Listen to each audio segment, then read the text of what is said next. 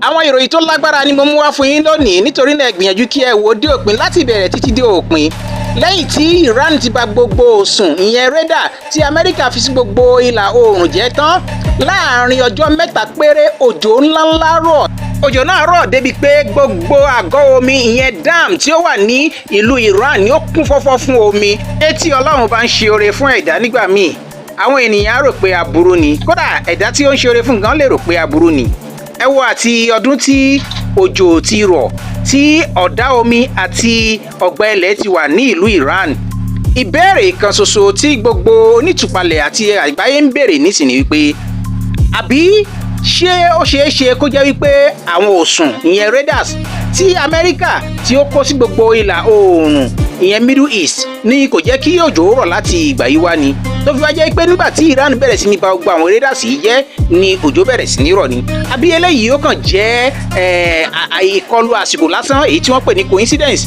Nítorí pé ohun tí ó ń ṣẹlẹ̀ yìí ohun tí ó lágbára ni. Ẹ wò láti bí ọdún mélòó kan sẹ́yìn kò sómi kò sójò, ṣùgbọ́n ní kété tí Iran bẹ̀rẹ̀ sí ní bà àwọn òsùn radars tí Amẹ́ríkà kó sójú ojú sánmọ̀ wọn tí ó bẹ̀rẹ̀ sí ní bàjẹ́ ni òjò ti bẹ̀rẹ̀ sí ní rọ̀. Òjò náà ti wá lágbára débi pé gbogbo àgọ́ omi wọn ló ti kún fọ́fọ́ báyìí, tó jẹ́ pé inú wọn bẹ̀rẹ̀ sí ní dùn ní pé àwọn dams àwọn ti kún gan.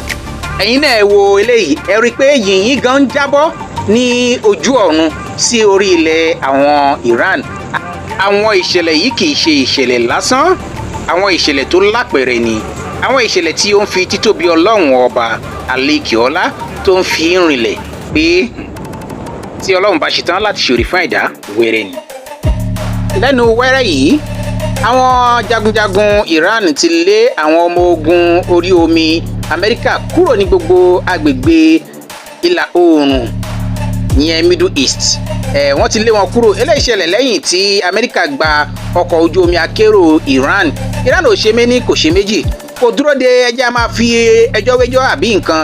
Lẹ́yìn tí ó ti kìlọ̀ fún Amẹ́ríkà pé kí ó fi ọkọ̀ omi akérò ọ̀hún sílẹ̀ tí Amẹ́ríkà ò fi sílẹ̀, Iran dáhùn padà.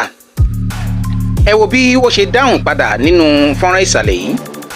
Àwọn ọmọ ogun Iran ti lé ọmọ ogun orí omi Amẹ́ríkà kàbàkàbà kúrò ní ojú omi tí ó lọ sí ọ̀nà Hormuz. Eléyìí ṣẹlẹ̀ lẹ́yìn tí Amẹ́ríkà ti jí ọkọ̀ akérò ojú omi Iran gbé ní ọ̀nà omi Oman.